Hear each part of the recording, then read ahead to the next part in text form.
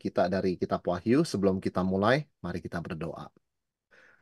Tuhan, kami bersyukur Engkau memelihara hidup kami, memberi kami negara yang tenang ya Tuhan, di mana kami boleh bekerja, melayani, beribadah, dan bahkan belajar firman-Mu.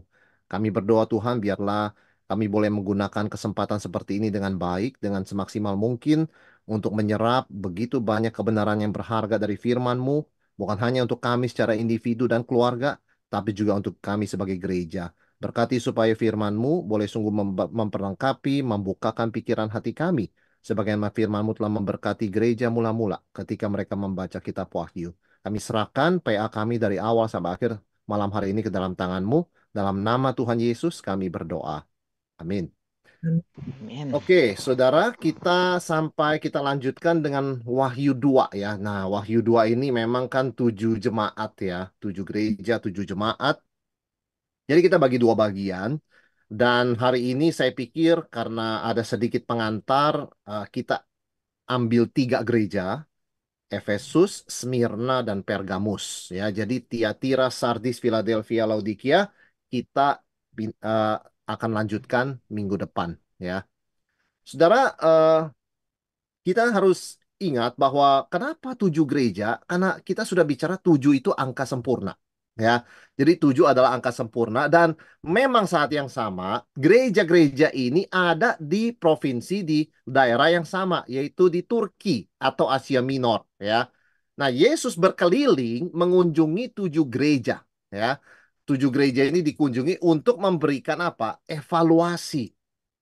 Evaluasi itu menyeluruh ya, artinya ada salam, perkenalan siapa Yesus, aspek kepribadiannya apa, begitu kan yang ditonjolkan untuk gereja tersebut, biasa berhubungan dengan kondisi rohani gereja tersebut. Ya, perkenalan salam, sampaikanlah salam, kemudian perkenalan siapa Kristus. Nah, ada dan banyak gereja yang dipuji oleh Tuhan Yesus, meskipun ada beberapa nggak pernah dipuji sama sekali. Karena memang nggak ada yang positif. Ya kan? Tapi juga selalu semua gereja, hampir semua gereja ada teguran. Ada beberapa gereja nggak disebut tegurannya. Bukan berarti gereja itu sempurna, tetapi Tuhan Yesus melihat mereka berada di dalam jalur yang benar secara keseluruhan, sehingga teruskan. Ya, tidak perlu ada yang diubah, teruskan, lanjutkan, tumbuhkan. Dan tentu ada peringatan kalau tegurannya ini tidak diindahkan, apa konsekuensinya? Ultimatum ya. Jadi ada warning sekaligus ada ultimatum. Misalnya ada gereja dikasih tahu sudah kehilangan kasih mula-mula. Kalau tidak bertobat, nah ini akibatnya. Gitu loh. Gereja diingatkan begitu kamu sudah mati rohani. Kalau tidak bertobat, tidak mau bangun-bangun, tetap tidur, ini loh akibatnya. Nah itu, saudara sekalian ya. Dan tentu diberikan instruksi atau nasihat untuk memperbaiki yang kurang itu. Ya. Dan tentunya ada janji bagi orang yang taat dan setia. Pemenang ya. Saudara sekalian, ini kira-kira polanya. Tidak berarti semua gereja pasti ada tujuh-tujuhnya. Ada gereja yang ada pujian tapi nggak ada teguran, ya. Ada gereja yang nggak ada pujian tapi ada teguran, ya. Ada gereja yang dikasih nasihatnya panjang, ada gereja yang dikasih nasihatnya pendek, cuman tetap setia aja, ya. Ada gereja yang tidak dapat ultimatum karena memang tidak ada teguran. Ya, tapi ini kira-kira polanya. Nah, karena itu kita mesti melihat 7 gereja ini dalam pertemuan bagian pertama ini secara keseluruhan juga ya polanya seperti apa. Saudara sekalian, semua gereja itu ada hal yang dipuji Yesus. Kecuali satu, Laodikia. Jadi gereja yang lain juga ada yang buruk, tetapi Laodikia ekstra buruk. Benar-benar bahkan tidak ada di antara jemaat itu yang ada segelintir dari kalian yang masih setia. Itu nggak ada, saudara sekalian. Ada gereja yang sangat buruk dan Yesus berkata, pertahankan yang masih ada. Berarti masih ada segelintir jemaat masih setia dan mau bertumbuh. Kecuali Laodikia. Satu jemaat pun nggak ada. Ya. Dan itu untuk minggu depan Laodikia. Saudara sekalian ya. Jadi ini parah begitu. Ada orang mengatakan, eh, apakah sejarah gereja ini seperti 7 gereja ya dari Efesus yang ketat doktrinnya sampai Laodikia yang suam-suam kuku sampai mau dimuntahkan oleh Tuhan. Apakah gereja menuju akhir zaman lebih jauh dari Efesus, lebih dekat kepada Laodikia? Saya kira nggak bisa juga ditafsirkan begitu. Kalau kita melihat sekarang gereja di dunia, semuanya, kita nggak punya pengetahuan Tuhan sih ya. Tapi kalau dilihat, saya yakin masih ada yang seperti Efesus, masih ada seperti Philadelphia. Meskipun tidak sedikit, seperti Laodikia. Saudara sekalian, semua gereja menerima teguran dari Yesus, kecuali Smyrna dan Philadelphia. Nah, itu kita belajar ya. Jadi pendek tuh Tuhan Yesus menyapa mereka. Kenapa? Nggak ada teguran. Cuman teruskan, lanjutkan. Ya, kalian sudah di jalan yang benar. Ya, sikap kalian saya senang. Ya, jadi teruskan. Nah itu loh, Smyrna sama Philadelphia. Jadi 7 gereja ini memang seperti saya katakan, angka memang lokasinya di Turki ya, sekeliling itu di Asia Minor di Turki itu saudara sekalian ya. Tetapi angka 7 mengingatkan bahwa apa yang kita pelajari Wahyu 2 dan 3 berlaku untuk semua gereja Tuhan di segala abad, segala waktu dan segala tempat. Jadi termasuk gereja kita di Jakarta, di Indonesia begitu ya, atau gereja di mana kita pernah bergereja itu berlaku semua. Ini diwakili oleh angka 7, saudara sekalian. Nah, jadi ini kira-kira pengantar overview sebenarnya kenapa Yesus masuk langsung membahas 7 gereja ya di dalam pernyataannya. Karena dia sangat mengasihi dan memperhatikan gereja. Karena gereja adalah saksi pelita satu-satunya di dunia ini karena gereja yang dititipkan firman Tuhan, yaitu orang-orang Kristen yang bersekutu ya. Tanpa itu dunia gelap. Dan Tuhan Yesus ingin gereja hidup berfungsi. Saudara, kita masuk yang pertama, Yesus mengunjungi gereja Efesus. Nah, ini ya, jemaat Efesus. Ini adalah gambar kira-kira yang tersisa dari kota Efesus. Ya, saudara tahu Efesus dan 6 gereja lain kan di Turki.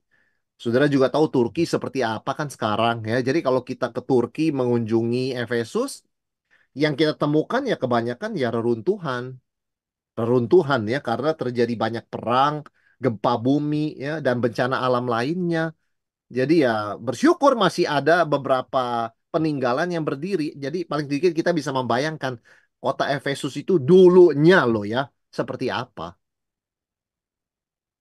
Saudara sekalian, Efesus adalah kota kaya, kota populer ya dan lokasi kuil Diana. Jadi kalau populer itu pasti banyak turis. Om udah pernah ke Efesus belum? Belum. Pergi ya seperti Indonesia itu Bali ya atau sekarang Labuan Bajo. Terkenal itu ya. Jadi Efesus menarik berbagai macam orang. Itu kota yang kaya dan itu ada lokasi kuil Diana ya. Roda ekonomi justru kita kalau baca Kisah Rasul ditopang oleh aktivitas penyembahan berhala di kuil Diana. Saudara, mayoritas kegiatan ekonomi di dunia ini ya banyak sekali ditopang oleh kegiatan yang melanggar firman Tuhan. Ya kan? Banyak sekali. Kita melihat tuh kalau orang korupsi itu melanggar firman Tuhan. Berapa berapa perputaran uang itu? Banyak sekali ya. Korupsi loh itu saudara sekalian. Ada orang misalnya minum minuman keras sampai mabuk-mabuk sampai meninggal ya. Coba berapa banyak itu yang dibuang uangnya. Nah, demikian pula di Efesus, mereka hidupnya dari dosa penyembahan berhala. Justru karena ada kuil Diana, orang datang kasih persembahan, melakukan ini, melakukan itu, minta beli patung. Wah, jadi laku semua. Ekonomi hidup karena ada penyembahan berhala. Ya. Dan selain itu di Efesus ada pusat pembelajaran, Center of Learning, dengan perpustakaan besar dan ini dia, pusat ilmu sihir. Jadi kalau orang ke Efesus mau cari buku, bukan buku ekonomi, bukan buku sains, buku sihir, saudara sekalian ya. Karena di situ orang menyembah berhala, menyembah Diana, melakukan berbagai macam praktek kegelapan, sihir, dan mereka juga mau belajar jadi tukang sihir gitu ya, dapat kuasa gelap dan sebagainya. Nah, itu Efesus. Saudara, gereja Efesus istimewa, saya katakan. Mungkin kita bertanya, kenapa gereja Efesus yang pertama dikunjungi? Karena itu adalah markas. Begitu pentingnya Efesus sehingga mereka pernah mengalami dilayani oleh 3 orang penting. Ya, bukan penting ini, bukan berarti yang lain nggak penting. Tapi yang kita kenal gitu loh ya. Paulus, Timotius, dan Yohanes. Apa yang kurang penting? Gereja mana? Gereja mana memiliki ya kesempatan dilayani oleh teolog, pengkhotbah, rasul? Coba saudara sekalian ya. Saya yakin gereja Efesus itu secara rohani sangat diberkati. secara doktrin sangat solid. Nggak mungkin salah. Yang mengajar Paulus dan anak rohaninya Timotius dan Rasul Yohanes di hari tuanya. Jadi penting sekali saudara sekalian ya. Tiga tokoh rohani yang penting di perjanjian baru ini melayani bertahun-tahun di Efesus. Nggak mungkin nggak ada hasilnya. Ya. Saudara, gereja di Efesus asalnya kan didirikan oleh Paulus kira-kira 40 tahun ya. Jadi by this time Paulus sudah meninggal. Ketika surat Wahyu ditulis, Yesus menyapa jemaat Efesus, udah meninggal Rasul Paulus. Dia dirikan tuh 40 tahun yang lalu ya. Jemaat ini banyak menerima pelayanan rasuli, bukan hanya tiga orang ini, tapi surat-surat Paulus kepada Efesus dan Timotius. Satu, dua Timotius itu juga untuk jemaat Efesus. Karena Timotius melayaninya di gereja Efesus. Dan Injil dan surat-surat Yohanes, penerima yang paling banyak juga gereja Efesus. Karena Yohanes jadi hamba Tuhan, gembala di hari tuanya di gereja Efesus. Saudara, tradisi mengatakan setelah Yohanes dilepaskan dari Patmos, dia nggak mati di Patmos ya. Dia dibuang ke Patmos, diberikan wahyu, tapi dia nggak mati di sana. Ya, pada satu titik, kaisar yang membuang dia itu udah mati, dia diperbolehkan balik ke tempat biasa. Maka dia sudah terlalu tua, tidak kuat secara fisik, dan harus digotong ke gereja. Gereja mana? Efesus. Maka dalam surat Yohanes seringkali dia nuliskan seperti ini. Little children, ya, love one another. Dia sebagai orang tua, ya, sebagai hamba Tuhan yang sudah tua, begitu ya, sudah lemah secara fisik. Tapi dia rasul yang masih hidup. Dari original 12 plus Paulus cuma dia yang masih bernafas di dunia waktu itu. Jadi orang dengarkan kata-katanya, ini saksi mata Tuhan Yesus Kristus. Maka dia menyapa mereka semua yang muda, lebih muda dari dia itu ya, little children, love one another. Anak-anakku, hendaklah kamu saling mengasihi. Ya, ini saudara sekalian, gereja Efesus diingatkan terus-menerus ya. Kasih, kasih, kasih. Di surat-surat Yohanes itu. Saudara, ini sekitar tahun 95. Jadi Rasul Yohanes hidupnya panjang loh. Ya, panjang. Dia dari Patmos masih hidup meskipun sudah hampir nggak bisa jalan. Harus digotong. Ya. Nah, gereja Efesus ini sudah berusia 40 tahun. Ya, didirikan Paulus tahun 55. Kemudian by the time di sini Yesus mengunjungi gereja Efesus lewat wahyu kepada Yohanes sudah tahun 95. Jadi orang-orang Kristennya bukan generasi pertama ya, yang penuh kasih, penuh semangat begitu loh. Ini adalah jemaat generasi kedua. Nah, kita masih mengakui saudara sekalian. Kalau gereja ganti generasi, biasanya semangatnya beda, ya. Orang tua, generasi orang tua, waduh, waktu membeli gedung ya, komitmen persembahan, berkorban begitu ya. Mereka sangat murah hati, sangat memberi. Ganti generasi anak, cuek. Gereja sudah tua ya, banyak lumutan rayapan. Oh, cuek. Kenapa? Saya nggak pernah tuh ya. Itu orang tua saya yang dulu ngurusin ini mah. Saya karena ikut orang tua, nggak pernah merasa memiliki. Ya, itu hal yang simpel, saudara sekalian. Ya, jadi ya udah kita jalani kebaktian aja seperti papa mama kita sudah lakukan. Tapi ya spiritnya beda ya. Nah ini problem. Ini always a problem. Ya, saudara mungkin tanya nanti gimana cara mencegahnya? Nggak ada jawabannya.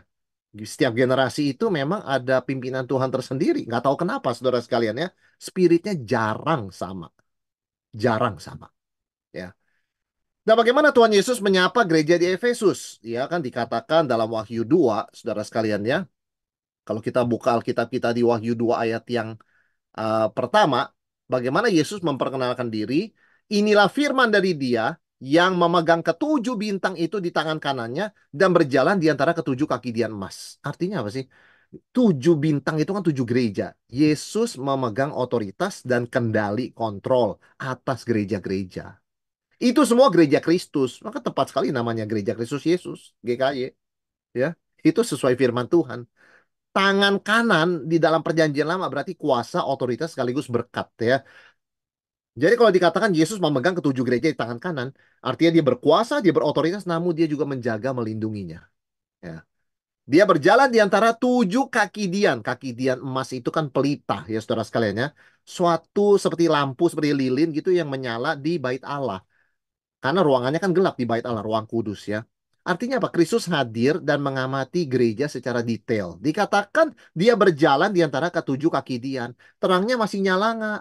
Masih bersinar nggak? Seperti aku memanggil mereka terang dunia begitu ya. Garam dunia. Masih nggak seperti itu? Maka Kristus mengamati, observasi, inspeksi, memeriksa ya. Dengan kata lain apa? Peristiwa ini mengingatkan kita bahwa Tuhan Yesus sangat terlibat dalam kehidupan gereja. Saudara, banyak orang punya konsep keliru ya. Gereja itu hanyalah organisasi rohani yang menjalankan tugas rohani. Tapi nggak ada koneksi dengan Kristus, ajaran dan teladannya. Jadi hanya bicara program, hanya bicara rencana ini, bicara budgetnya bagaimana, bicara begini, proyek-proyek. Tetapi hampir ya, banyak beberapa gereja itu hampir nggak pernah bicara Kristus, ya, keselamatan, Injil, doktrin. Nah itu nggak pernah. Teladan Kristus, satu sama lain kita mesti bagaimana. Ada yang nggak seperti itu loh, saudara sekalian. Nah itu loh ya. Jadi ini adalah koreksi. Yesus mengingatkan dia hadir di gereja, dia berjalan-jalan di antara gereja, dia mengamati sampai detail, dia terlibat. Jangan dianggap Tuhan Yesus cuma di sorga, berdoa syafaat, di sebelah kanan Allah Bapa, menikmati dia sudah naik ke sorga. Dia nggak peduli apa yang terjadi di gereja. Salah. Ya. Itu sebabnya kita melihat contoh-contoh seperti gereja yang punya otonomi mutlak. Suka-suka kita, ini kan gereja kita. Nah itu salah. Suka-suka Kristus semestinya ya. Atau kurangnya penekanan kepada menjadi serupa dengan Kristus. Hanya program, proyek, ya, jalan-jalan, apa. Tapi nggak pernah bicara gimana caranya kita jadi serupa dengan Kristus ya. Program apa, atau rencana apa, tahapan belajar apa, itu nggak pernah. Tidak ada akuntabilitas, begitu kan ya, kong kali kong satu sama lain tanpa melihat kepada prinsip-prinsip firman Tuhan. Dan juga fokus pada birokrasi pejabat gereja yang berotoritas. Nah, banyak gereja yang sudah jatuh dalam empat kesalahan ini, saudara sekalian, mereka sudah tidak ada koneksi dengan Yesus sebagai kepala. Dan sebetulnya gereja itu dalam posisi bahaya secara rohani, ya. Nah, Yesus memulai dengan pujian untuk gereja Efesus. Dikatakan apa, saudara sekalian, ya? Gereja induk ini, ya. Gereja induk di Turki ini adalah markas pelayanan penginjilan Rasul Paulus ya. Jadi memang gereja Efesus strong ya. Dia bisa menjadi markas, menjadi induk begitu loh ya. Dan dia juga eh, mendirikan gereja-gereja satelit. Saudara, gereja Efesus diganggu oleh nabi palsu dan oleh ajaran sesat sejak zaman Paulus melayani. Ya, kita harus ingat ya.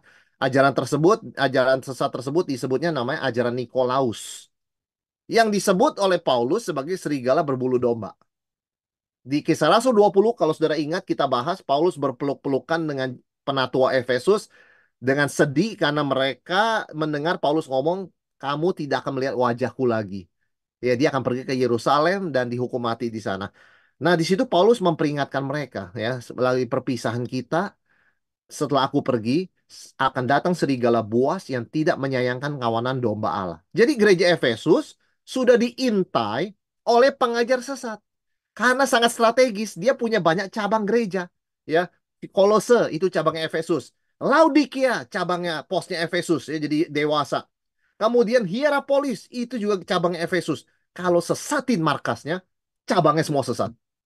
Jadi ini diancam terus gereja Efesus, saudara sekalian ya. Nah, ajaran Nikolaus ini memang menarik jemaat di Turki. Kenapa? Karena menjanjikan kita boleh berbuat immoral dan menyembah berhala. Ya, mirip seperti strategi Bileam dalam bilangan. Menggunakan wanita-wanita cantik Moab untuk menarik pria-pria Israel. Sampai mereka bukan hanya kawin dengan perempuan-perempuan itu, tapi menyembah Allah mereka. Saudara, Yesus memuji gereja Efesus. Luar biasa ya. Aku tahu segala pekerjaanmu, baik jerih payahmu maupun ketekunanmu. Aku tahu bahwa engkau tidak dapat sabar kepada orang jahat. Engkau mencobai mereka menyebut dirinya rasul, tapi sebenarnya tidak demikian. Engkau telah mendapati mereka pendusta. Engkau tetap sabar menderita oleh karena namaku. Engkau tidak mengenal lelah. Luar biasa pujiannya ya. Kalau gereja kita dipuji kayak begini, luar biasa ya. Yang pertama apa pujian Yesus? Kalian komitmen pada doktrin yang benar. Tidak pernah kompromi.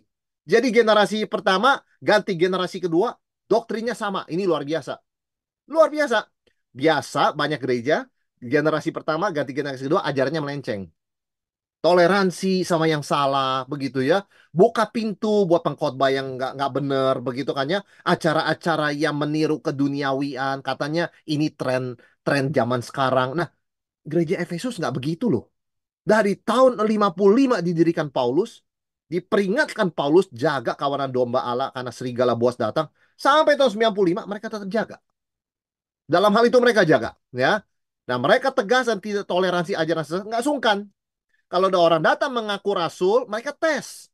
Wah, kok nggak sopan ya berani tes rasul ya? Oh, nggak bisa. Kata penatua gereja Efesus. Rasul Paulus sudah titip pesan pada kami. Ada serigala buas. Kami mesti memastikan yang ngaku rasul, betul-betul rasul, bukan serigala berbulu domba. Jadi mereka tegas dan ternyata mereka berhasil membongkar, oh rasul palsu. Rasul palsu. Saudara sekalian, salah satu ciri yang teknik gereja mula-mula untuk menguji rasul palsu, karena belum ada Alkitab, belum selesai dibukukan, begitu ya. Maksudnya masih tersebar di sana-sini, belum dikumpulkan. Itu adalah dengan begini, kalau ada seorang penginjil datang ke satu gereja, kan dia dikasih tumpangan di rumah jemaat ya, diberikan makan. Kalau dia tinggal 3 hari, lalu hari keempat dia berangkat melanjutkan penginjilan, itu rasul benar. Itu pengkhotbah benar. Betul-betul tidur makan hanya untuk pelayanan berikutnya. Kalau dia tinggal di rumah kamu lebih dari 3 hari, nggak benar. Berarti dia tujuannya adalah material. Kalau sudah material, pasti doktrin dia kompromikan. Ikut Yesus, semua lancar. Nah, pasti begitu. Karena tujuannya material. Nggak akan dia khotbah salib, nggak akan dia khotbah penderitaan. Nah ini sesat, saudara sekalian ya. Efesus tegas. Tidak toleransi ajaran begitu ya. Berani mengusir mereka saudara sekalian ya. Dan di dalam pelayanan mereka, rutinitas gereja tetap rajin dan tekun melayani. Sekalipun dianiaya. Coba bayangkan. Kebaktian kalau ada 2 kali, nggak diubah. Tetap 2 kali, meskipun ditekan dan dianiaya. Nggak mengatakan ya, kita jangan ketemu seminggu sekali ya. Kalau begitu kuranginlah biar pemerintah nggak marah. Oh enggak. Mereka tetap tekun. Dalam hal itu, gereja Efesus luar biasa. Dan saya yakin ya. Kalau kita semua jadi orang tua pada waktu itu, anak kita tinggal di Efesus, pasti kita rekomendasi anak kita gereja Efesus. Pasti, saudara sekalian ya. Gereja seperti ini itu baik sekali, begitu loh ya, buat jemaat bertumbuh. Tapi Tuhan Yesus memang mau kita menjadi sempurna seperti Dia. Karena itu ada teguran, ya. Yaitu apa? Dalam hal ini aku mencela engkau, ayat 4, engkau telah meninggalkan kasihmu yang semula. Your first love, ya. Saudara sekalian, apa sih kasih mula-mula? Apa itu kasih mula-mula? Kasih mula-mula dalam konteks ini adalah kasih dan kehangatan persaudaraan ya, ya dan persekutuan yang ada ketika gereja berdiri. Ya, persaudaraan dan persekutuan yang ada ketika gereja berdiri. Nah, zaman-zaman orang tua ya, zaman orang tua mereka saling membantu, saling mengingatkan, saling menguatkan ya, saling menopang, ayo, saling terus menguatkan. Nah, ini nampaknya hilang. Acu tak acu, saudara sekalian, generasi keduanya ya. Kamu tugasnya ini, saya ini, kamu itu. Udah, jalanin. Jadi nggak ada lagi saling peduli begitu ya. Juga nggak memikirkan, nggak mendoakan. Pokoknya udah tahu tugas masing-masing, jalanin. Begitu aja ya. Jadi mekanisme aja berjalan begitu loh. Rutinitas, saudara sekalian. Paulus mengingatkan, ya, ini di Korintus sih ya. Dia mengatakan sekalipun kita punya pengetahuan, pengetahuan doktrin loh ya. Iman memindahkan gunung, menyerahkan diri buat dibakar, apa kurang sosial? Ya, apa kurang berkorban, sacrifice, menyerahkan diri dibakar loh. Tapi kalau nggak punya kasih, nggak ada gunanya, useless. Useless, saudara sekalian. Ini Paulus katakan, ya. Mengapa ya bisa terjadi kuat dalam pengertian doktrin, tahan menderita, tetap ketat menguji rasul, tapi kok dingin dalam kasih persaudaraan. Salahnya tuh di mana? Bukan salah doktrinnya. Yang Yesus puji tidak boleh kita salahkan. Oh, gereja ini terlalu strong sih doktrinnya, jadi kurang kasihnya. Salah ngomong kayak begitu. Karena Yesus memuji. Tidak boleh yang Yesus puji kita salahkan. Jadi nggak boleh ngomong kalimat, gereja itu kurang cinta kasih karena doktrinnya terlalu kuat. Nggak ada hubungan, saudara sekalian. Mereka kurang cinta kasih karena mereka sudah meninggalkan kasih semula. Bukan karena doktrin mereka ketat. Itu harus karena Yesus puji. Aku memuji kamu. Yesus senang sekali. Itu jangan diubah. Orang suka salah kaprah. Jadi kompromi, saudara sekalian ya. Kita doktrin gak usah kuat-kuat dah. Nanti kita terlalu kuat doktrin, nggak ada cinta kasih. Oh, justru dicela Yesus nanti. Ada gereja yang doktrinnya lemah-lemah, Yesus marah sekali.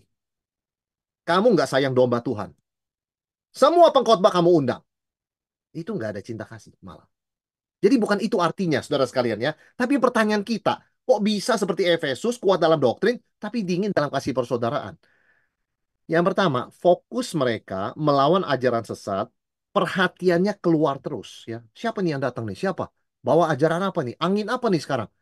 Nah, tanpa sadar, perhatian keluar tersebut, mereka nggak ada waktu memperhatikan yang di dalam. Ya, padahal memperhatikan yang di dalam itu juga kewajiban koinonia, persekutuan, saling mengasihi, itu harus gitu loh. Jadi istilahnya kita seperti menjaga benteng ini, menjaga supaya musuh jangan menyerang menjatuhkan benteng kita, tapi kita lupa kasih makan yang di dalam, lupa saling menguatkan, saling apa ya, bersekutu dalam kehangatan. Jadi kita semua lihatnya keluar tapi nggak lihat ke dalam satu sama lain, melihat wajah satu dengan yang lain, menyapa, mengasihi, mendoakan. Nah, itu mereka lupa, saudara sekalian ya. Jadi kesalahannya bukanlah yang Yesus sudah puji. Yesus sudah puji itu jangan diganggu-ganggu. Itu udah bagus. Harus diteruskan loh seperti itu. Cuman saat yang sama harus ditambahkan. Kembalilah pada kasih mula-mula seperti zaman orang tuamu. Jangan bilang, oh generasi kami lain ya. Kami bukan orang tua, kami anak muda. Jangan. Ini yang ngomong kan Tuhan Yesus, bukan orang tuamu. Kamu kembali kepada kasih mula-mula begitu loh ya. Hilangnya kasih mula-mula akan membuat semua pelayanan gereja itu menjadi kering ya, menjadi kering saudara sekalian dan gak membangun.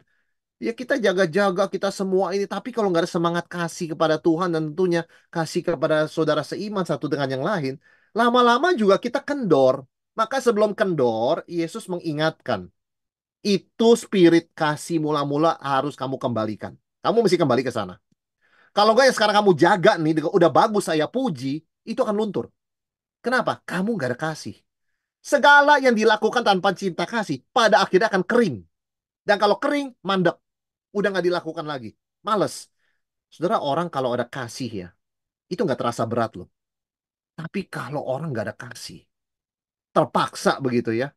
Barang yang ringan pun jadi berat, akhirnya dilepasin, nggak mau dijalanin. Nah itu yang Yesus katakan, kamu tuh nggak boleh lupa itu. Itu kamu udah lupa.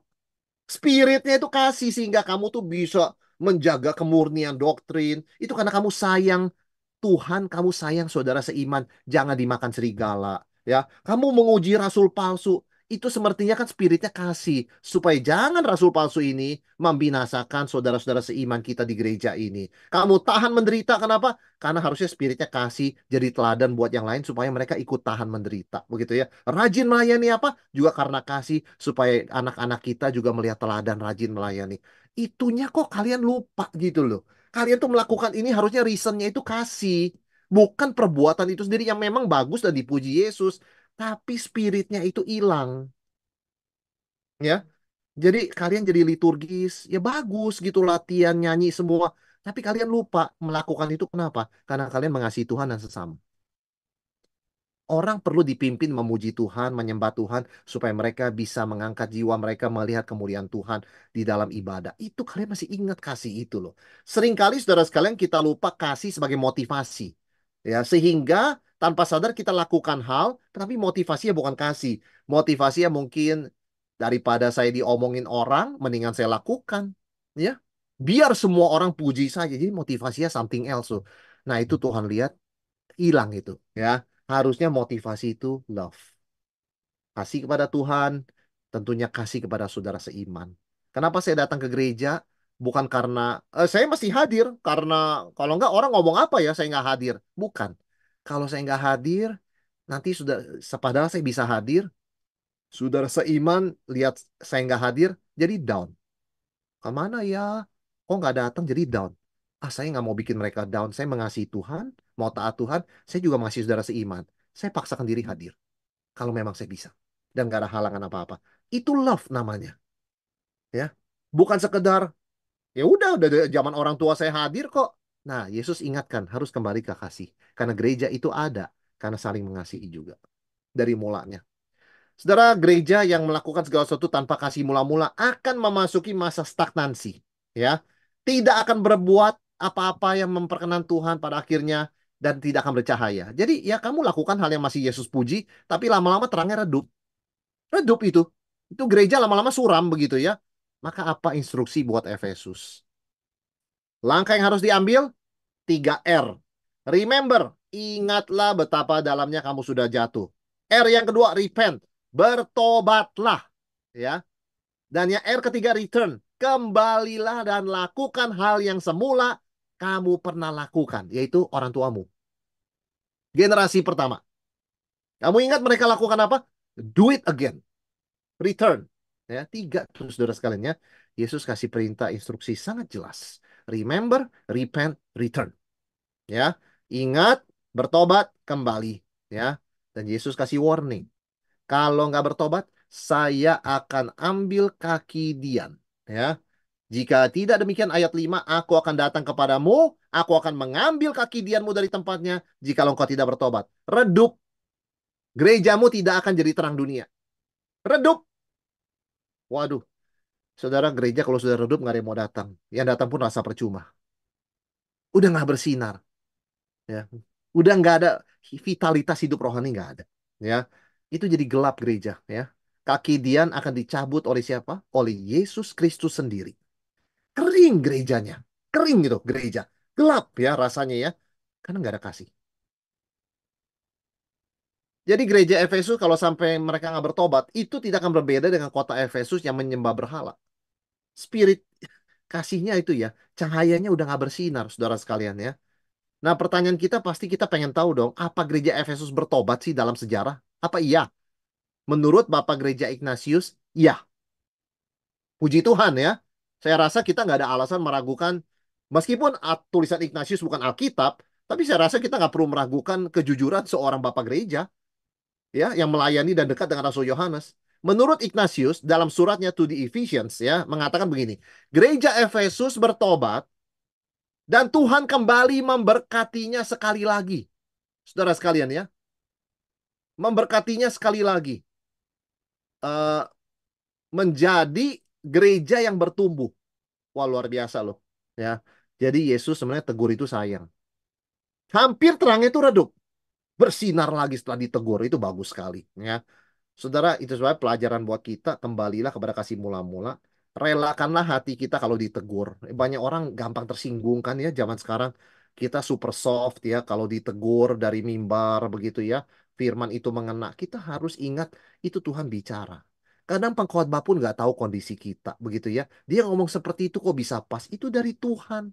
Kalaupun pengkhotbah tahu dan dia ngomong begitu, itu juga dari Tuhan, begitu kan? Nggak perlu juga sampai orang dengan mudah sekali menduga-duga yang tidak-tidak begitu loh, saudara sekalian ya. Jadi ini yang penting sebetulnya ya. Kita belajar dari gereja di Efesus, hati mereka masih bisa dikoreksi, hati mereka masih bisa ditegur, masih rendah hati. Sehingga ketika Yesus ingatkan, kamu sudah kehilangan kasih mula-mula. Ya, saya lihat kamu sudah tidak seperti generasi pertama. Padahal kamu punya resources rohani yang luar biasa. Rasul Paulus melayani di situ, Timotius anak rohani di situ, Rasul Yohanes di hari tuanya di situ. Apa yang kurang? Jadi kembali. Nah, maka Rasul Yohanes ingatkan ya anak-anakku dalam surat Yohanes kan ya dia melayani di Efesus. Anak-anakku jangan lupa ini ya, saling mengasihi. Barang siapa mengatakan dia mengasihi Allah tapi membenci saudaranya atau nggak peduli sama saudaranya, dia adalah pendusta. Soalnya Rasul Yohanes ngomong begitu terus di Efesus ya mengingatkan sebagai orang yang sudah sangat tua ya masih hidup satu-satunya saksi mata yang masih bernafas di dunia ini cuma Rasul Yohanes. Dan gereja Efesus betul-betul disadarkan kita punya harta karun rohani puluhan tahun. Jangan sampai ya kita nggak menggunakan dengan baik. Kita kan nggak tahu sampai kapan waktunya gereja berdiri. Ya kan kita tahu dalam sejarah ya gempa bumi, perpindahan penduduk, peperangan yang membuat gereja Efesus ya kota Efesus jadi reruntuhan ya gerejanya nggak bisa di situ. Orangnya kan pada pergi semua. Tapi yang penting bukan karena mereka ikut ajaran sesat atau bukan karena mereka itu dicabut kaki diannya oleh Tuhan Yesus. Toh mereka bertobat. Jadi masih bersinar terus sampai waktunya Tuhan menetapkan memang jemaat Efesus pindah ke kota lain melalui gempa bumi, peperangan, kemudian juga penganiayaan dan sebagainya ya. Janji Tuhan apa saudara sekalian? Barang siapa menang, dia akan kau berikan makan dari pohon kehidupan yang ada di Taman Firdaus Allah. Wah, janji ini luar biasa ya. Ini adalah tema utama dalam kitab Wahyu. Barang siapa menang. Kita dalam peperangan rohani. Kitab Wahyu itu menyingkapkan bahwa di balik dunia yang aman damai ini, kita bisa nikmati udara segar, ada peperangan rohani. Dan kita harus jelas kita berdiri di mana dan pakai senjata apa. Orang Kristen, meskipun dunia sedang anteng ayam, ya, adem ayam dan anteng, orang Kristen nggak boleh lengah. Kita tetap ada dalam peperangan rohani. Kita melawan musuh yang tidak kelihatan. Dan kita pasti menang. Kalau kita mengikut Tuhan dan mengenakan seluruh perlengkapan senjata Allah. Ya, menang berarti apa saudara sekalian? Bertekun sampai akhir. Ya, dalam iman, kesalehan, kebenaran, kasih, meskipun menghadapi kesengsaraan. Itu menang. Jadi menang itu bukan satu kali loh ya. Oh, saya bersyukur sama Tuhan. Saya kemarin itu menang digoda untuk menyuap. Saya tidak mau. Itu bagus, puji Tuhan. Tapi masih terus bertekun sampai akhir. Sampai akhir itu jangan disuap. Jangan kalau menang satu kali kemudian di berapa tahun kemudian disuap begitu kan? Ya, kita dipanggil untuk bertekun sampai akhir. Kalaupun kita jatuh, kata seperti gereja Efesus, remember, repent, return. Bangkit, bertobat. Ya, ingat betapa dalamnya kita sudah jatuh. Bangkit, bertobat dengan kekuatan Tuhan tentunya. Kita punya Roh Kudus. Nah, kita tetap tekun sampai akhir. Kita menang. Dan kita pasti menang, saudara sekalian ya. Dan berkatnya adalah akses ke pohon kehidupan di Firdaus Allah. Wah, luar biasa. Ini yang hidup kekal ya. Sekali lagi, hidup kekal adalah karunia Tuhan. Jaminan buat orang percaya. Kita nggak akan kehilangan keselamatan. Tapi Tuhan mengingatkan juga, orang yang betul-betul sudah diselamatkan, pasti akan tekun sampai akhir. Ya, kalaupun dia jatuh, kepleset, menyimpang, pasti kembali pada akhirnya. Nggak mungkin selama seumur hidupnya menyimpang. Nggak. Pasti kembali. Ya, dia tekun sampai akhir. Saudara, kemenangan bukanlah kemenangan sementara seperti iblis dan para musuh Kristus, melainkan kesetiaan tuntas sampai akhir. Jadi, kita orang Kristen punya definisi kemenangan itu beda ya. Kemenangan model dunia itu menang sekarang. Kalau kita itu menang permanen, yaitu apa? Tekun sampai akhir. Karena itu selama kita bangkit, meskipun kita jatuh, selama kita rendah hati bisa dikoreksi, selama kita mau diingatkan, saudara nggak ada alasan kita nggak tekun. Ya, ada orang sudah berkali-kali jatuh dalam dosa, dia mengatakan begini, ah saya udah putus asa dah. Udah 100 kali saya minta ampun sama Tuhan, Tuhan juga udah bosen kali. Udahlah saya mau tinggalkan Kristenan. Salah. Kalah itu dia berarti. Tidak peduli berapa ratus kali kamu jatuh, yang penting berapa ratus kali kamu bangkit. Itu namanya ketekunan. Jangan hitung kejatuhannya, hitung bangkitnya berapa kali. Harus lebih banyak dari kejatuhannya. Itu menang namanya. Dan gereja Efesus bisa ditegur oleh Tuhan. Biarlah kita juga sebagai individu, keluarga, sebagai gereja masih punya hati yang mau dikoreksi oleh Tuhan supaya kita bersinar ya saudara sekalian ya. Kita nggak mau sebagai individu, sebagai gereja, sebagai keluarga kaki Dian itu diambil sampai redup. Kita banyak kekurangan, kita banyak kelemahan, tapi selama kita bisa ditegur dan diingatkan oleh Tuhan, pasti Tuhan pakai kita bersinar. Bersinar seperti gereja Efesus. Berikutnya, saudara sekalian, Yesus mengunjungi gereja kedua, gereja Smyrna. Nah, ini peninggalannya kira-kira seperti itu kelihatannya. Banyak sekali sudah reruntuhan, saudara sekalian ya. Ini 2000 tahun, banyak sekali perubahan. Ya, Smyrna. Ayatnya kalau kita lihat pendek ya, 8 sampai 11. Efesus lumayan 1 sampai 7 ya. Tapi kalau saudara lihat mungkin ya tidak ada yang mengalahkan ya. Ay- Mungkin ayat-ayat yang paling banyak mungkin kepada gereja ini ya, Laodikia mungkin salah satunya ya. Nah, Smyrna pendek. Saudara sekalian, Smyrna satu-satunya kota yang masih ada sampai sekarang. Meskipun ada reruntuhan tapi masih berdiri. Namanya kota Izmir. Jadi kalau tur ke Turki, kan lagi murah nih, mata uangnya jatuh. Kalau sempet, coba ke Izmir. Itu Smyrna, ya. Kota yang makmur di bawah pemerintahan Romawi, saudara sekalian. Ya, makmur loh ya. Jadi bukannya kurang uang nih kota ya. Terkenal dengan keindahannya sehingga disebut the first in Asia. Wah, itu julukan luar biasa Smyrna, saudara sekalian ya. Ada pusat penyembahan kaisar. Nah, ini beratnya. Kaisar Tiberius masih hidup, orang dipaksa menyembah.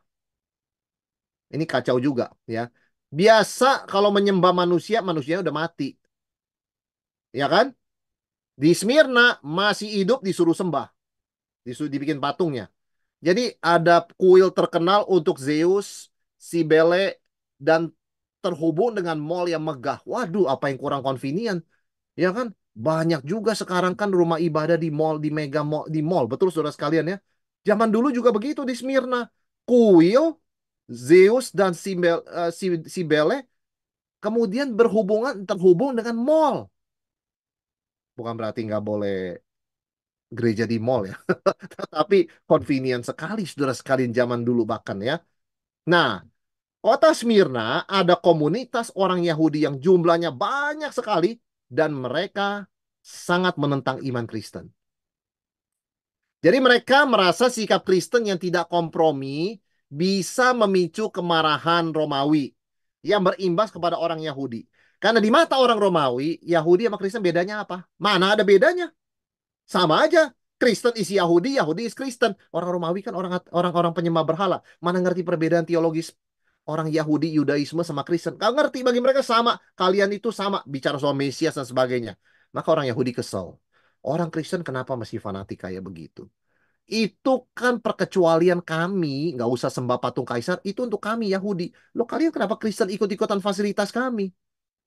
Itu. Sekarang ketika orang-orang pemerintah Romawi melihat ternyata orang Kristen menggunakan fasilitas orang Yahudi ya. Jadi minta perkecualian, nggak usah sembah kaisar. Loh, jangan begitu, kata orang Yahudi. Itu fasilitas kaisar untuk kami, Yahudi. Kamu Kristen bukan Yahudi. Kamu Kristen itu ajaran sesat, nggak usah minta fasilitas seperti kami. Jadi orang Yahudi menganiaya orang Kristen, saudara sekalian. Jadi bayangkan gereja Smyrna ya. Satu, mereka miskin. Miskin loh saudara sekalian ya. Yang kedua difitnah orang Yahudi supaya dibenci pemerintah Romawi. Dan pemerintah Romawi benci dan menganiaya orang Kristen. Coba dihimpitnya dari berapa sudut. Keuangan berat. Pergaulan sulit. Ya. Kemudian politik, hak sebagai warga negara. Wah saudara sekalian dirampas habis ya. Dipaksa menyembah berhala. Tetapi ada seorang tokoh yang terkenal di Smyrna. Ya, kota-kota penderitaan itu melahirkan tokoh-tokoh yang luar biasa jadi teladan ya sepanjang sejarah gereja. Namanya Polikarpus, saudara sekalian ya. Pada tahun 155 Masehi, ini jauh setelah Wahyu loh ya, tapi di kota Smyrna masih. Polikarpus atau Polycarp, seorang hamba Tuhan di Smyrna dibakar hidup-hidup karena menolak memanggil kaisar dengan sebutan Tuhan. Ya, dan ini diotaki oleh orang-orang Yahudi provokatornya. Ini loh, ya anti kaisar loh. Padahal ini kan hamba Tuhan, mana main politik begitu ya, boro-boro revolusi. Tapi orang Yahudi cari aja celah begitu ya. Tapi saudara sekalian diberikan kesempatan Polikarpus untuk menyangkal Tuhan Yesus ya sebelum dibakar. Apa jawaban Polikarpus orang tua itu? 86 tahun aku melayani Kristus dan tidak pernah sekalipun dia menyakiti aku. Bagaimana mungkin aku menghujat Tuhan dan juru selamatku? Dengan itu Polikarpus dibakar dan mati. Kalimat dia sangat terkenal menjadi semangat orang-orang untuk setia sampai mati. Ya, gereja Smyrna adalah teladan di dalam kesetiaan di tengah penderitaan. Ya kan? Kita tahu banyak orang begitu keadaan tidak lagi gampang menjadi sulit ya, langsung gak setia pada Tuhan Yesus. Ah, buat apa ikut Yesus? Apa untungnya buat saya? Keluarga saya banyak masalah, usaha saya terhambat, kerjaan saya begini, orang yang saya kasih dipanggil Tuhan, apa gunanya? Banyak orang seperti itu. Tapi jemaat Smyrna nggak kayak begitu. Kesulitan ekonomi, makan aja susah. Ya, saudara sekalian ya. Dari orang Yahudi itu difitnah. Tiap hari difitnah. Ngarang cerita terus hoax ya. Pemerintah Romawi paksa mereka menyembah. Begitu kan? Nah ini mereka tetap setia. Tidak ada teguran dari Tuhan Yesus. Saudara kalau kita baca ya. Wahyu 2 ya. Di ayat yang ke-8. Aku tahu kesusahanmu dan kemiskinanmu. Yesus tahu mereka miskin. Ya, mungkin karena himpitan finansial dari orang Yahudi dan pemerintah Romawi. Namun engkau kaya. Dan fitnah mereka yang menyebut dirinya orang Yahudi, tapi sebenarnya tidak demikian. Sebaliknya mereka adalah jemaah iblis. Orang Yahudi yang menganiaya mengaku diri sebagai umat Tuhan turunan Abraham. Buat Yesus mereka jemaah sinagog iblis. Ya. Janganlah takut terhadap apa yang harus engkau derita. Sesungguhnya iblis akan melemparkan beberapa orang dari antara kamu ke dalam penjara, supaya kamu dicobai dan kamu beroleh kesusahan selama 10 hari. Hendaklah engkau setia sampai mati, dan aku akan mengaruniakan kepadamu mahkota kehidupan. Siapa bertelinga, hendaklah ia mendengar apa yang dikatakan Roh kepada jemaat-jemaat. Barang siapa menang, ia tidak akan menderita apa-apa oleh kematian yang kedua. Saudara sekalian, kita coba lihat lagi yang Yesus katakan ya. Penderitaan jemaat Smyrna, permusuhan. Jemaat mengalami konflik dan penganiayaan, ya istilahnya itu permusuhan. Ya. Kemudian lingkungan gereja sangat pluralistik dengan berbagai berhala dan agama-agama kuno. Bagaimana orang Kristen mengajarkan istri, suami, atau anak-anak mereka? Lingkungannya seperti itu, saudara sekalian. Bayangkan coba ya. Yang kedua, kemiskinan ya. Jemaat Smyrna di bawah garis kemiskinan karena memang mayoritas latar belakang sosial yang rendah ya. Dan ini tambah parah ketika mereka jadi orang Kristen, nggak dikasih pinjaman atau nggak dikasih kerjaan atau dipecat dari pekerjaan, tambah miskin. Sudah miskin tambah miskin ya. Dan saat yang sama sudah miskin tambah miskin difitnah orang Yahudi begitu kan. Sehingga Yesus menyebut mereka jemaah iblis, saudara sekalian ya. Berarti betul-betul anti Tuhan, anti Kristus itu ya. Motivasi orang Yahudi, selain mereka itu tadi alasannya marah karena orang Kristen ikut-ikutan nggak mau nyembah Kaisar, ikutan mereka. Mereka sebenarnya iri hati karena penginjilan berhasil. Kok banyak orang susah mau ikut Yesus ya? Orang susah ikut Yesus nggak jadi kaya, kok mau ikut Yesus? Nah, jadi iri hati mereka. Gitu loh. Kenapa Yudaisme nggak berkembang seperti orang Kristen ya? Gitu loh. Sehingga mereka bersekongkol dengan pejabat Romawi untuk menyerang gereja. Ya. Saudara, bahkan ada yang mengatakan begini, kemungkinan beberapa pelaku adalah mantan orang Kristen yang pernah dilayani Rasul Yohanes. Coba bayangkan, pernah punya pendeta Yohanes ya, mereka berkhianat sekarang. Ya, orang Smyrna, jemaat Smyrna ada yang dipenjara bahkan kematian. Yesus mengingatkan, ada di antara kamu yang akan dipenjara, namun harus engkau setia sampai mati. Jadi jemaat Smyrna itu nggak ada teguran dari Yesus, padahal situasinya berat, saudara sekalian. Ya, berat. Belum tentu ya kita itu berani juga ke gereja Smyrna. Waduh, berat ya gereja seperti ini. Tapi ini gereja dipuji oleh Yesus. Sama sekali nggak disebutkan tegurannya. Ya, saya yakin tentu ada kelemahan, tapi tidak cukup untuk Yesus memberikan pesan ya. Jadi itu kelemahan pribadi, begitu kan ya? Yang dalam proses pengudusan oleh Roh Kudus, begitu kan? Secara gereja sangat sehat, sangat sehat. Ya, itu Yesus lihat ya. Dan Yesus bagaimana memperkenalkan dirinya untuk jemaat Smyrna, saudara sekalian, menarik sekali. Yesus mengatakan inilah firman dari yang awal dan yang akhir, yang mati dan hidup kembali. Yesus menyebutkan dirinya yang awal dan yang akhir, yaitu artinya apa? Dia adalah Tuhan. Karena hanya Tuhan yang awal dan akhir kan.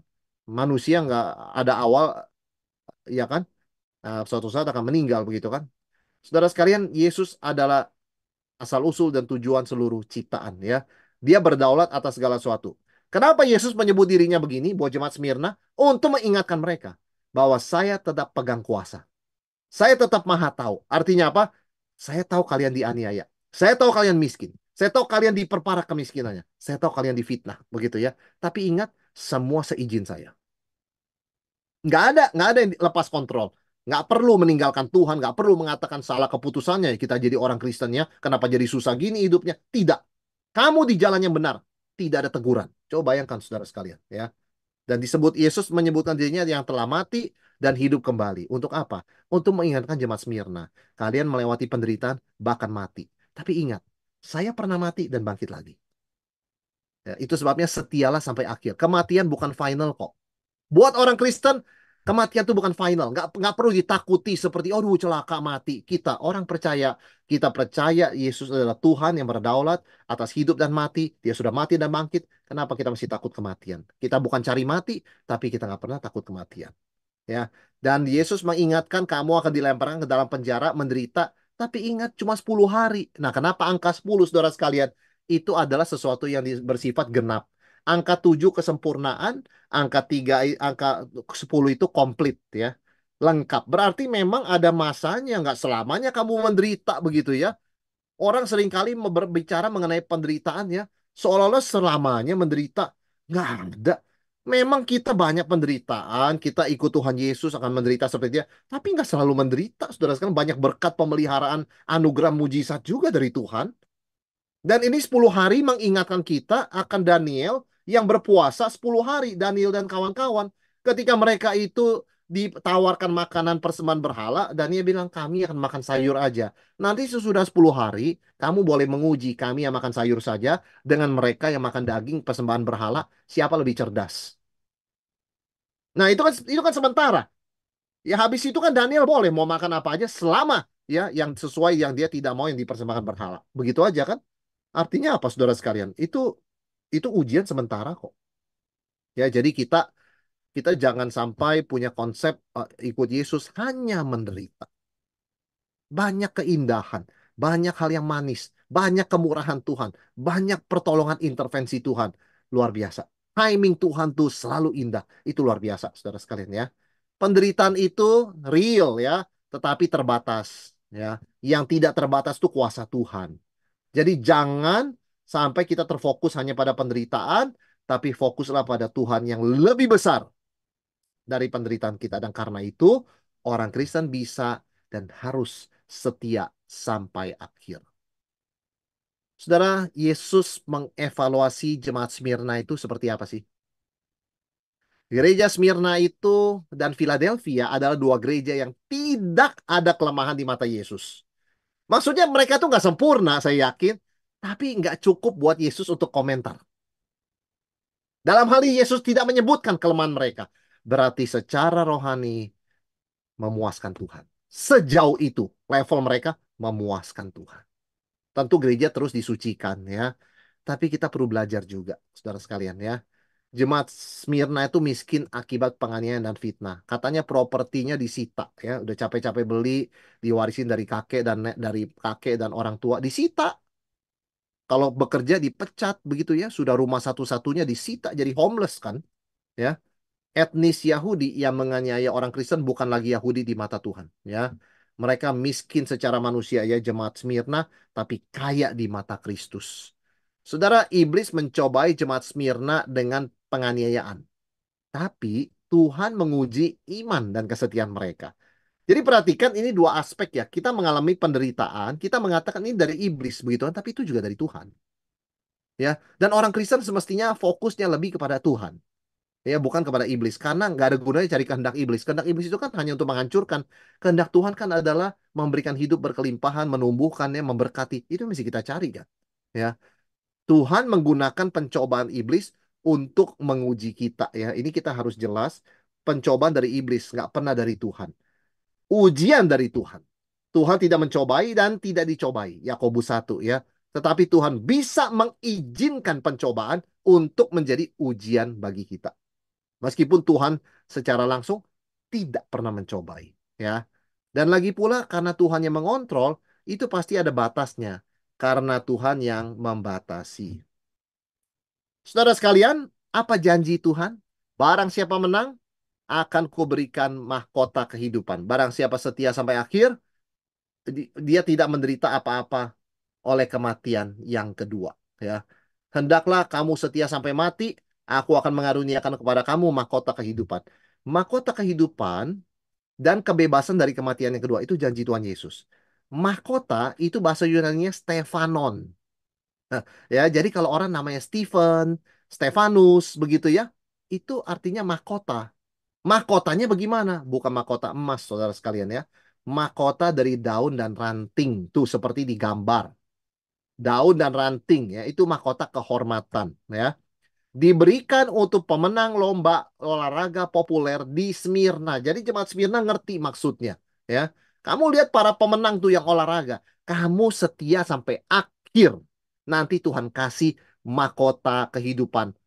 Artinya apa? Sesuatu yang seperti itu tapi lebih ya luar biasa karena kan hidup kekal ya. Nah, ini adalah lambang hidup kekal untuk mereka yang loyal kepada Yesus sampai mati.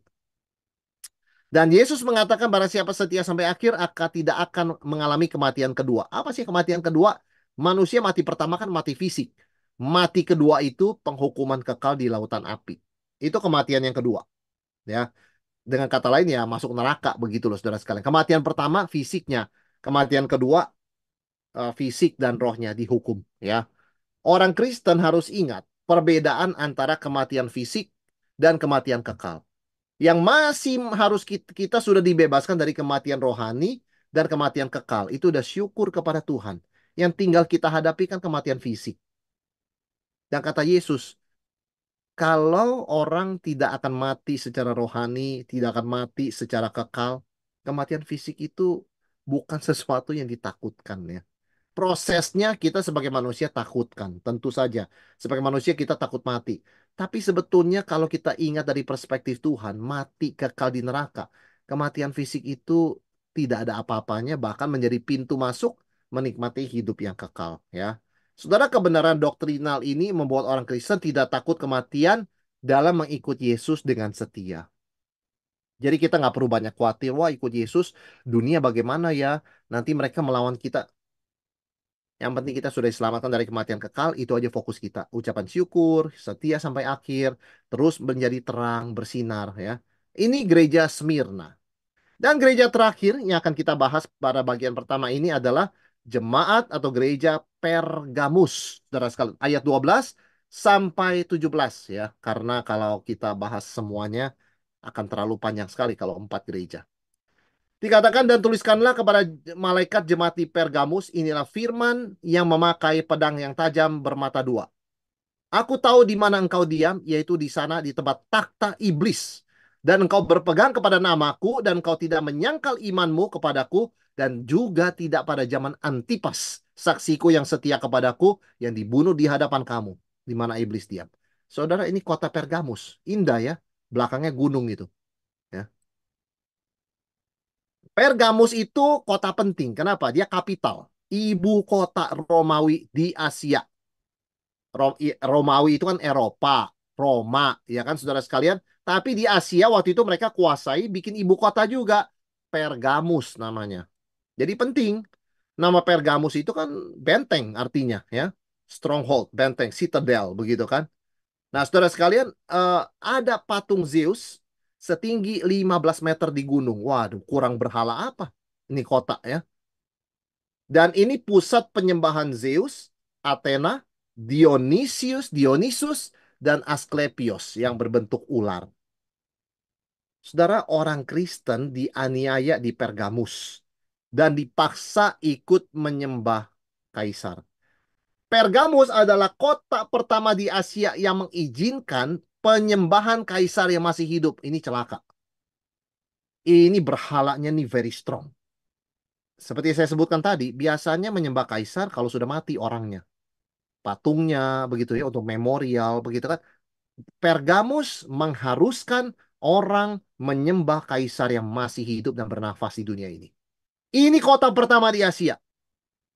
Jadi sesatnya itu sesat sekali, saudara sekalian ya, bukan cuma sesat, sesat sekali ya. Sampai Yesus menyebut tempat ini dengan julukan takhta iblis. Saudara kalau tanya takhta iblis seperti apa? Yaitu di mana orang Kristen dipaksa menyembah manusia dan anggap dia Tuhan. Padahal dia orang berdosa. Itulah takhta iblis, ya. Jadi betul-betul ini sangat-sangat semangat, pakai ancaman kalau nggak sembah kaisar, dipenggal dan sebagainya. Itulah takhta iblis.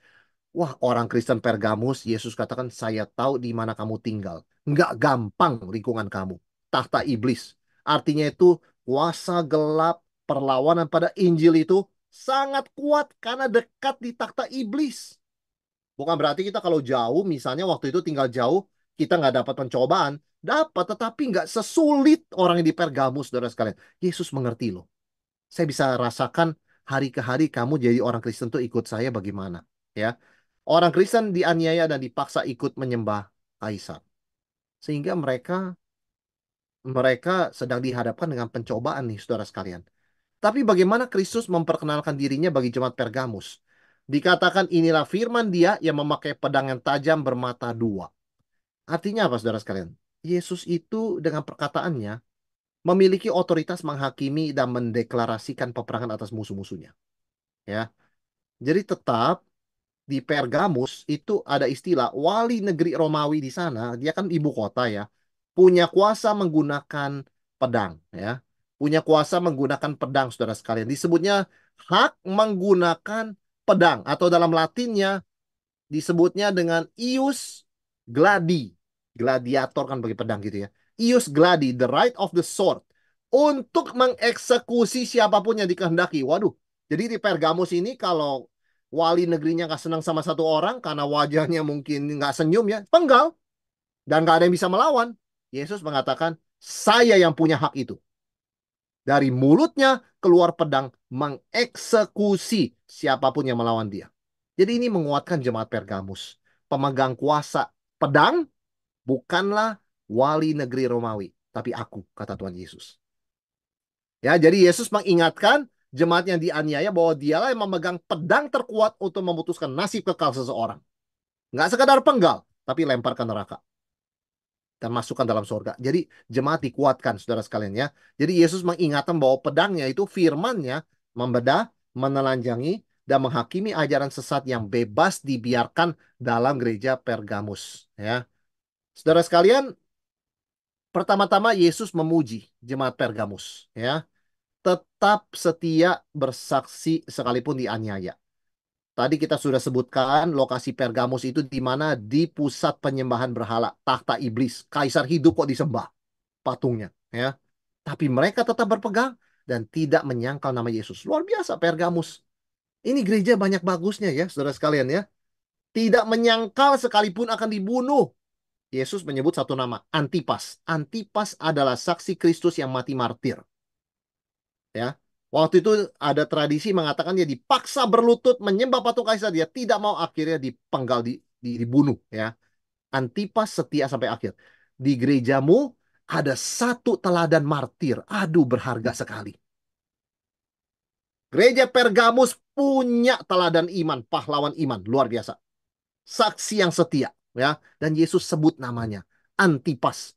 Coba gereja kamu tuh kaya nggak rohaninya? Itu punya teladan orang setia sampai akhir. Kamu cari modelnya mana orang setia sampai akhir? Lihat Antipas. Mati sekalipun dia tidak akan menyangkal. Saudara sekalian, jemaat Pergamus berani tampil beda. Karena dia hidup di tahta iblis. Tempat penyembahan berbagai dewa-dewi, termasuk kaisar yang masih hidup. Ya, jadi tekanan sosial untuk mengikuti praktek penyembah berhala sangat kuat. Tetapi luar biasanya Pergamus tidak kompromi. Ya, mereka adalah teladan dalam hal setia sampai mati seperti yang Yesus sebutkan kepada Smyrna. Pertanyaannya, salahnya di mana gereja ini? Hah? Salahnya di mana, saudara sekalian? Salahnya adalah Yesus ada keberatan, ayat 14. Tetapi aku punya beberapa keberatan terhadap engkau. Di antaramu ada berapa orang yang menganut ajaran Bileam, yang memberi nasihat kepada Balak untuk menyesatkan orang Israel supaya mereka makan persembahan berhala dan berbuat zina. Nah, teguran bagi Pergamus adalah kalian penuh toleransi. Kalau itu adalah kelemahan manusia biasa ditoleransi, wajar. Itu namanya kesabaran. Kasih itu sabar. Tapi ini yang ditoleransi ajaran sesat. Yesus mengatakan, kalian salah. Saya keberatan. Jemaat Kristus harus murni, harus bersih pikiran hatinya dari segala racun ajaran sesat. Kalian biarkan. Apa itu taktiknya Bileam? Menggoda orang Kristen dengan imoralitas. Sebenarnya nggak apa-apa loh, kita beristri banyak. Sebenarnya nggak apa-apa orang itu berhubungan suami istri sebelum menikah. Ya kan, itu kasih. Sebenarnya nggak apa-apa juga kita udah menikah, tapi kita juga misalnya pergi dengan orang lain. Kenapa? Yang penting kita tetap setia. Tuhan kan Jadi ajaran sesat yang selalu mengarahkan orang mengikuti keinginan daging, kesenangan daging. Sampai pelan-pelan pada akhirnya nggak apa-apa juga loh ke kuil berhala itu tidur dengan pelacur-pelacur bakti itu. Kenapa?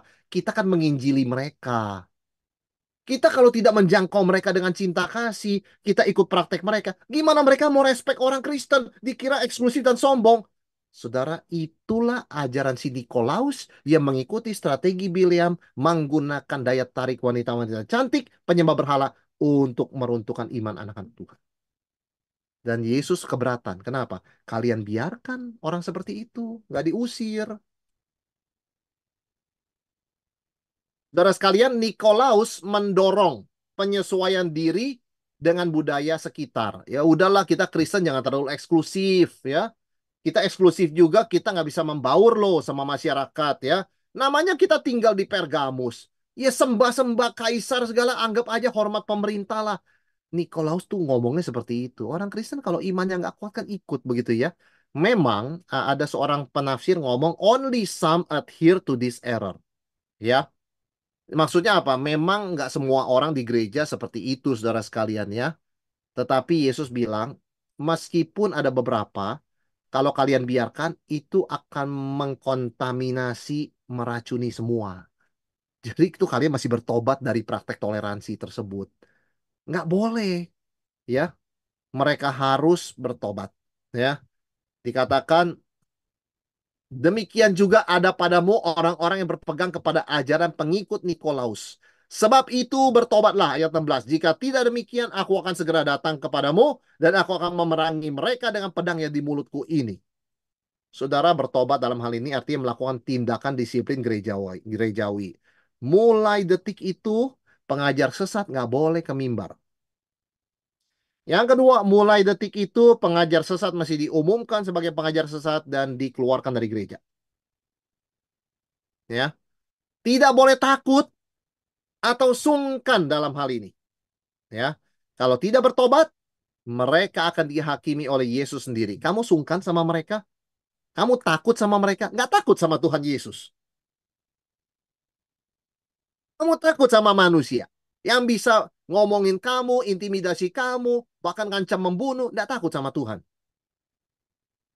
Yesus bilang janganlah takut kepada orang yang bisa menganiaya tubuh, tapi nggak bisa apa-apa, cuma tubuh doang. Takutlah kepada Tuhan yang bisa membinasakan tubuh maupun dan jiwa. Jadi Yesus mengatakan begini, kalau kamu sungkan sama orang, sama Tuhan sungkan nggak? Kamu takut sama manusia, jaga perasaan, kamu jaga perasaan Tuhan nggak? Ini sudah meracuni gereja. Masih sungkan sama manusia. Merasa hutang budi, merasa dibantu. Harus tegas. Ya, kalau sesat nggak ada kompromi dalam hal ini, saudara sekalian ya. Tuhan Yesus tidak mentoleransi ajaran sesat di dalam gerejanya. Ya. Mungkin aja pengajar-pengajar sesat ini berbuat banyak buat gereja begitu kan ya, menolong jemaat ini kan. Jadi mereka aduh gimana ya ini pengajar sesat ini banyak juga lo kebaikan nggak ada urusan. Ajarannya sesat kan? Ya, itu yang diperlukan. Yesus tegas dalam hal ini bilang itu yang ngajarin ajaran Nikolaus, ajaran Biliam, apapun perbuatan mereka, bakti sosialnya buat jemaat ya, yang susah di gereja ya, usir. Itu gereja Pergamus, saudara sekalian ya. Jadi peganglah iman dan ajaran yang murni dan lindungi kemurnian iman gereja Tuhan. Terlalu mahal harganya ya untuk sungkanisme. Nggak perlu sungkan dalam hal ini. Nggak perlu sungkan, saudara sekalian ya. Jadi coret dari daftar yang bawa mimbar, yang bisa berbicara dari mimbar, coret dari pelayanan. Nggak perlu. Pengajar sesat kok. Buat apa? Begitu kan? Apa janji Tuhan bagi pemenang? Akan diberikan mana yang tersembunyi. Wah, ini luar biasa. Apa artinya, saudara sekalian? Tradisi mengatakan, Nabi Yeremia sebelum Nebukadnezar menghancurkan bait Allah, sempat menyembunyikan mana dan tabut perjanjian di sebuah gua di Gunung Nebo. Maka itu ada orang sampai sekarang spekulasi. Itu tabut perjanjian masih ada, Pak, di Gunung Nebo. Ya mana? Iya kan?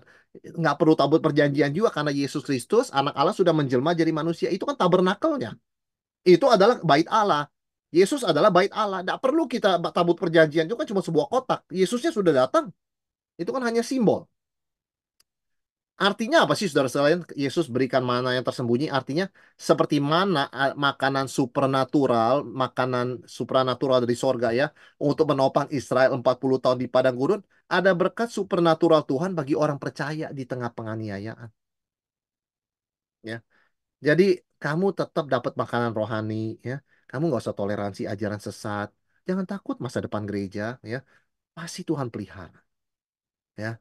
Israel dipelihara nggak ada makanan loh. Nggak ada air di padang gurun. Tetap hidup tuh 40 tahun. Hidup 40 tahun mereka. Jadi kalian takut apa? Justru kalian masih percaya pada pemeliharaan Tuhan. Ya. Diberikan batu putih ya. Seperti apa nih saudara yang batu putih? Batu putih itu dulu adalah tiket istimewa ke undangan pesta. Kalau nggak punya batu putih nggak boleh datang ke pesta. Nah, Yesus mengatakan semua yang setia sampai akhir, yang bertobat, di welcome ke perjamuan Tuhan ya. Selamat datang, selamat datang. Nggak seperti orang yang di perumpamaan itu kan. Sobat, kenapa datang ke pesta ini kok pakaiannya nggak sesuai dengan di dalam undangan? Nggak seperti itu ya. Sampai tuannya, raja itu menyuruh pengawalnya, buang orang ini, seragamnya nggak tepat. Begitu kan? Oh, kita nggak begitu. Kita anak Tuhan diundang ke pesta, disambut oleh Tuhan, begitu kan? Welcome to the family, begitu kan ya? Kalian sama semua, pakaiannya putih, ajarannya sama, welcome, begitu kan? Saudara sekalian, namanya tertulis di atas batu dan hanya diketahui oleh dia. Artinya apa? Dia punya relasi akrab personal dengan Yesus. Meskipun dunia nggak tahu, Yesus tahu, dia tahu. Wah, itu rasa aman. Itu rasa aman ya. Hidup kita tersembunyi bersama dengan Kristus. Kolose 3.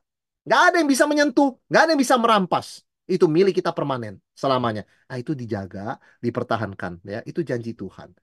Maka saudara sekalian, berkat dalam Kristus jauh melampaui apa yang ditawarkan dunia ya. Karena itu kesetiaan kita, karena itu orang percaya bisa dan harus setia sampai akhir. Lagi pula ingat, kesetiaan kita tidak akan sia-sia karena akan diupahi oleh Tuhan, membuahkan hasil. Saudara sekalian, apa sih kesimpulan kita ya di akhir dari 3 gereja ini ya? Simple kok ya. Kita jangan lupa Yesus tuh hadir dan terlibat aktif dalam gerejanya. Ya, gereja bukan autopilot, organisasi rohani jalan sendiri, turun-temurun, nggak begitu. Yesus terlibat mengevaluasi. Ini bagusnya, atau ini jeleknya, atau ini bagusnya, ini jeleknya, atau nggak ada yang bagus, semua jelek, begitu kan ya. Atau nggak ada yang nggak sehat, semuanya sehat. Bisa begitu. Ya, tapi Yesus terlibat ya. Dan gereja harus berpegang pada kemurnian doktrin. Tapi harus tetap nggak boleh lupa menjaga kasih dan kehangatan persaudaraan. Ya, sebagai dalam peperangan rohani, sebagai rekan sepeperangan sesama tentara, ya, sebagai rekan seperjuangan kan harus saling mengasihi. Lalu kita mesti setia kepada Kristus, sekalipun dianiaya, sekalipun tekanan, sekalipun ada godaan kompromi.